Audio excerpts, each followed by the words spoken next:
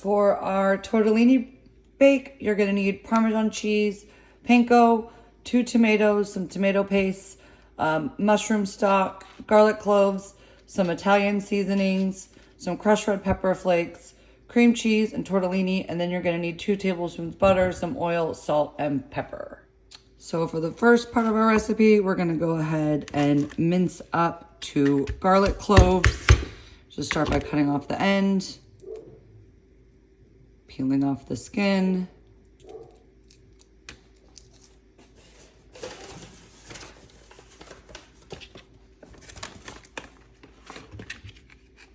And do that to both.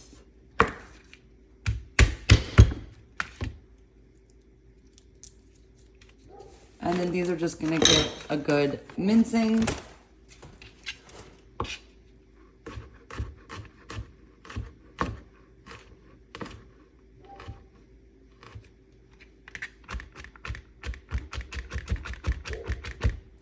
Like so. You know, that's how I like to mince. Just gather it all up and keep kind of gathering it. Clean your knife off to make sure you get the big chunks off. And just keep mincing.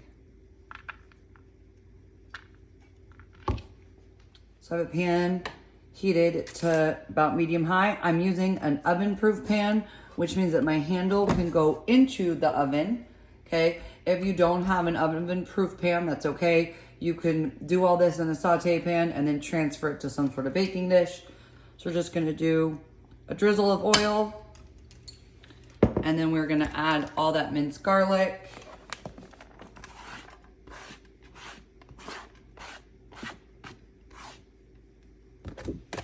We're gonna add just a pinch of the crushed red pepper. You can always add more to the topping, so save it, don't discard it. And then we're gonna add all of the Italian seasoning. And we're gonna saute this just for about 30 seconds until that garlic starts to get fragrant. So I washed and dried my tomatoes. I'm going to cut these by just cutting off the ends.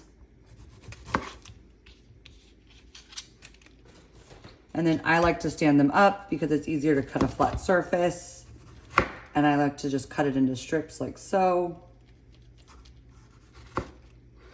And then I'm gonna take the strips again, lay them flat. And you can leave the seeds in for this. This is gonna become the base of our sauce. And you're just gonna get all that tomato diced up. Like so, and continue doing that with the rest of the tomato. So my garlic is nice and fragrant. So I'm gonna go ahead and add in those chopped tomatoes. And then we're gonna add some salt and pepper.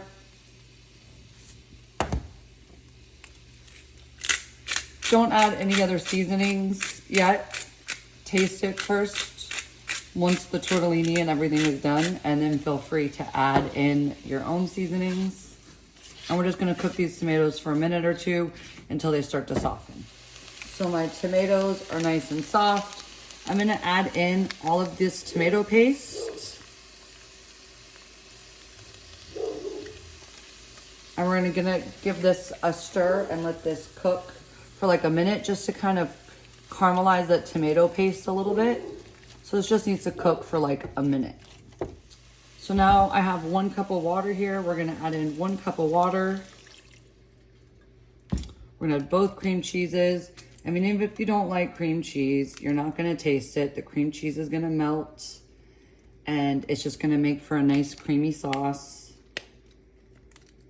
You're not gonna taste cream cheese, I promise. And then we're gonna add in all of our mushroom stock.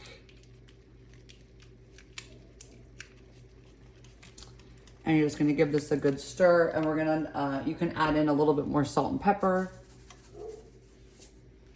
Be careful though, you can always over season and you can't take seasonings away.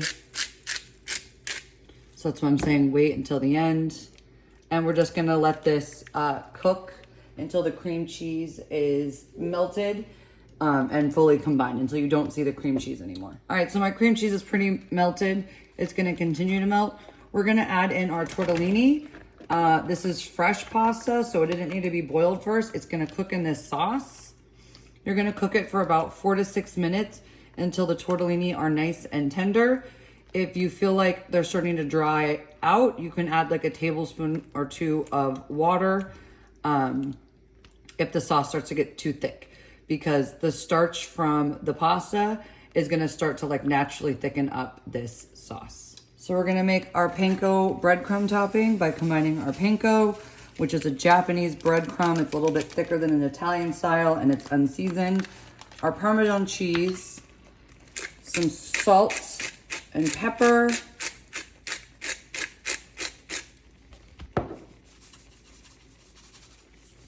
and then a drizzle of oil, not too much. And we're just gonna give this a stir until it's all combined. You don't wanna add too much oil because you don't wanna completely make your panko breadcrumbs soggy, just enough to kind of moisten them a little bit, like this. So my tortellini are nice and tender. You can go ahead and taste one at this point, you know, make sure they're done. Add additional seasonings. We're gonna add in that 2 tablespoons butter until it's nice and melted. And you wanna make sure that as the tortellini is cooking that you do stir it occasionally so that it doesn't stick to the bottom. And we just want that butter fully incorporated. And I've turned my broiler on to high because this is fully cooked and can be served as is. But we're gonna put that panko breadcrumb on top. So I'm just gonna kind of even out my sauce there. And then we're just gonna sprinkle the panko right on top. Actually, I'm just gonna use my hands. So you're gonna just do an even layer of this panko cheese mixture.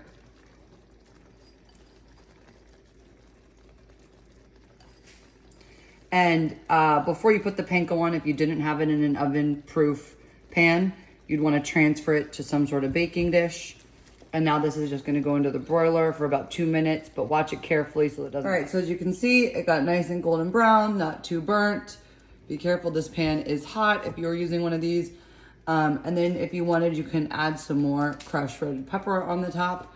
And as always, I look forward to seeing how you serve this. And if you wanted as well, I should have added, you could add some shrimp to this, some chicken, whatever. Just kind of cook it up first and then mix it in. And again, feel free to add your own seasonings and make it your own. Enjoy.